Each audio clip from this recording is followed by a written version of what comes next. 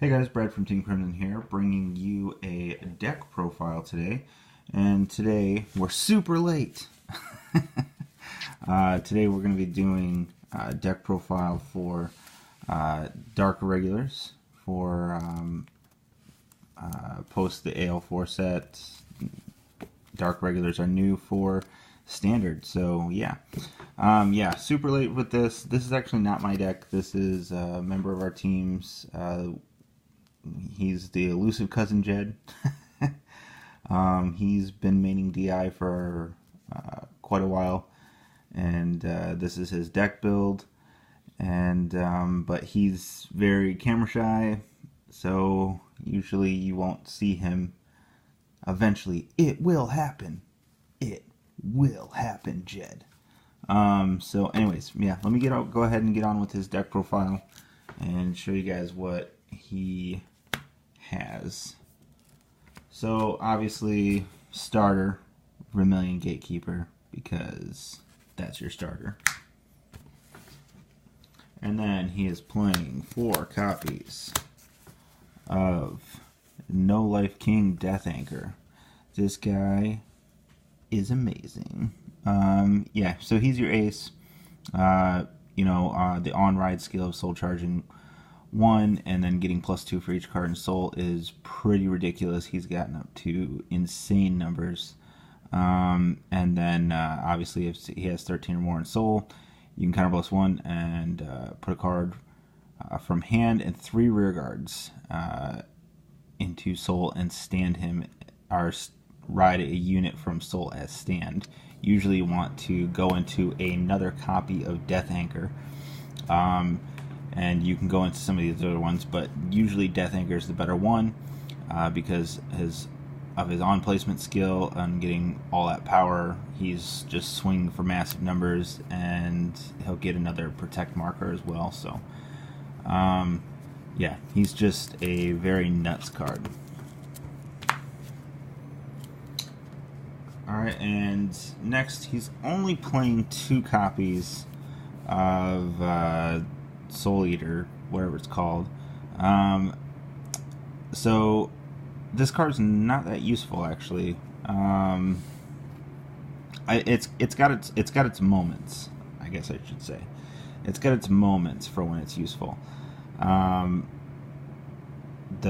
ability for all of your guardians being pushed to soul is definitely very helpful. The other ability has usually never been helpful. But anyways. And then the next one, playing 3 copies of Ghoulish Despoiler. He's been more helpful. So you counter +1 to soul charge 2, but then you're getting a card back from soul back to hand. So that's very solid, and that usually he'll end up bringing back something that can soul charge as well. So it helps to get to that soul, and then if there's 10 or more in soul, then when it attacks, it'll gain 10k, and you can retire an opponent's rear guard. So that's a lot more helpful than the other one has been.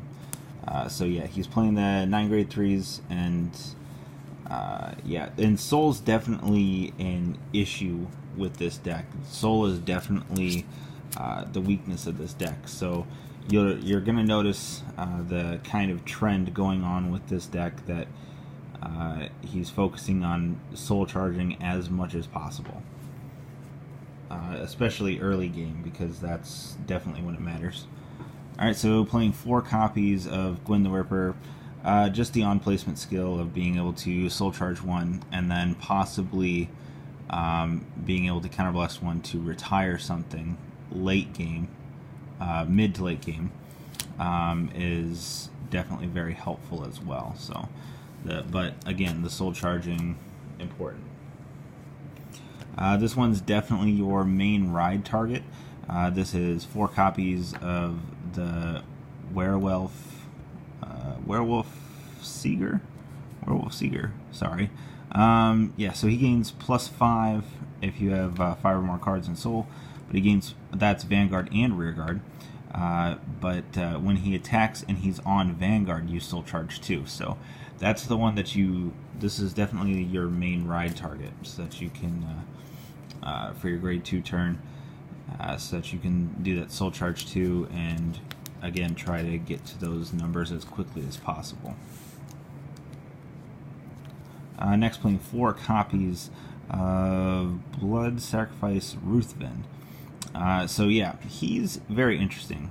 One place you put 1 card from your damage zone or drop zone into your soul.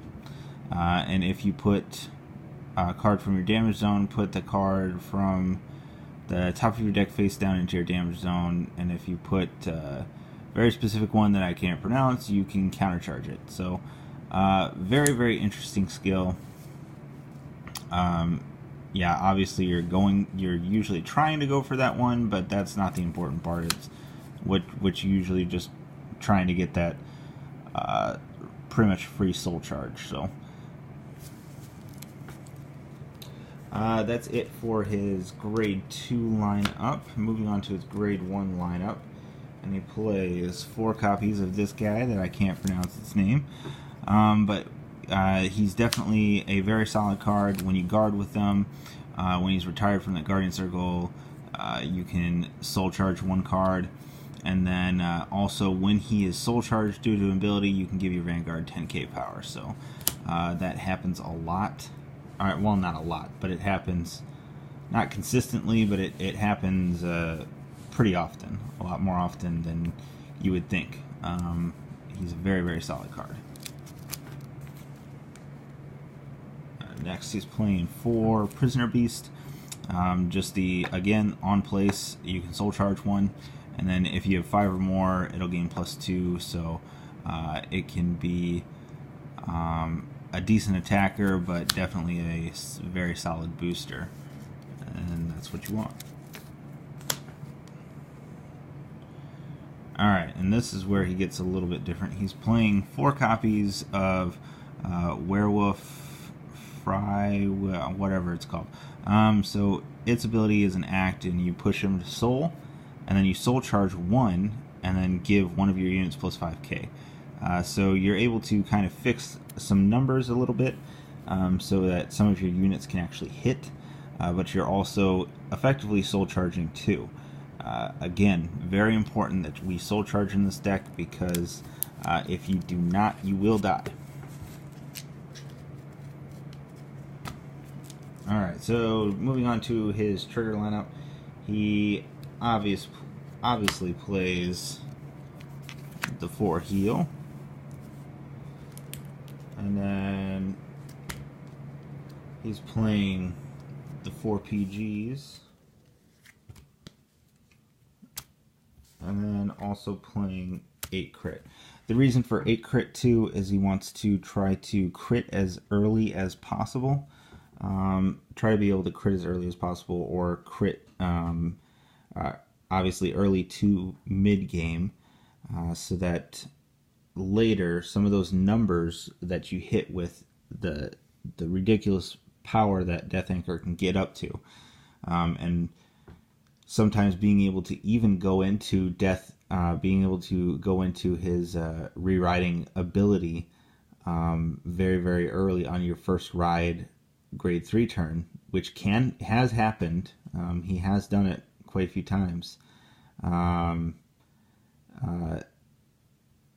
Yeah, you want to be able to crit, so that you can get him to that sweet spot, so that it matters more when Death Anchor is swinging in for those pretty drastic numbers. So yeah, that's it, guys. That's Cousin Jed's DI standard deck profile. Please like and subscribe. Please leave a comment. Let us know what you think of the deck. Also, very, very important, please take a look into our description page, or to the description. I'm going to try to leave a link there for you. There is a fellow Vanguard player, very well known in the community, Soul Cage. He's in some need of some help from people. Talked to him a couple of times, but He's definitely very well known. He's well known on the Vanguard wiki page, and he's just an all around solid member of the community. So he needs some people's help right now. So if you can, please go ahead and head down to the link that I will be providing. He's got a GoFundMe page set up. You can read all about it, read the stuff that's going on there with him. And if you can help, please help. And if you can't help, at least maybe try to spread the word. So, yeah, that's what we try to do here. We try to support some of our fellow Vanguard community. So, yep, that's it, guys. I will be coming at you with another deck profile a little later. So, see ya.